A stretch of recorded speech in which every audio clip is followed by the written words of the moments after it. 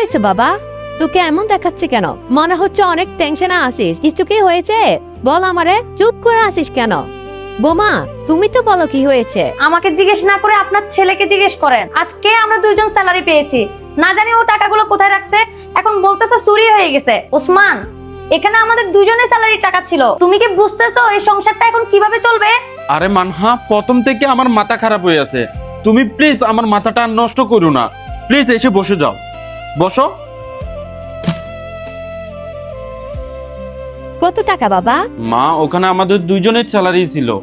আমার 30,000 টাকা আর মানহার 20,000 টাকা। আমি স্যালারির মেসেজটা পেয়ে বোর্ড থেকে টাকাগুলো নিয়ে বাসার দিকে আসতেছিলাম, হঠাৎ ছিনতাইকারী এসে আমার থেকে টান দিয়ে টাকাগুলো নিয়ে গেল।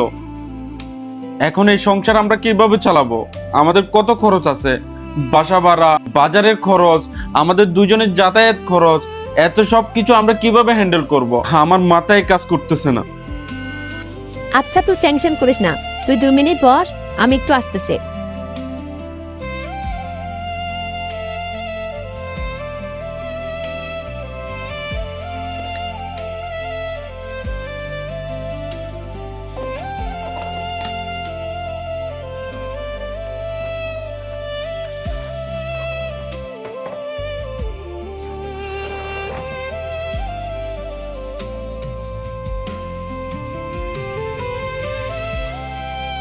এই নে বাবা,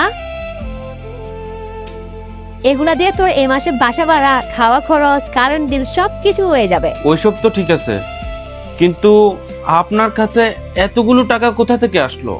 এই 5,000 টাকা বাজারের আর এই 5,000 টাকা সঞ্চয়। আজকে তো পুরো লাভে লাভ। এসব তুই আমার আজ জিজ্ঞেস করিস না। আমি যদি তোরে সবকিছু বলে দিই, তাহলে তুই সংসারের খরচ দেওয়ার সময় হাত গুটিয়ে ফেলবি, কিপটেমি করবি। আচ্ছা, এখন একটা কাজ কর, এখান থেকে আমাকে 1,000 টাকা দে। হ্যাঁ হ্যাঁ মা, নেন না।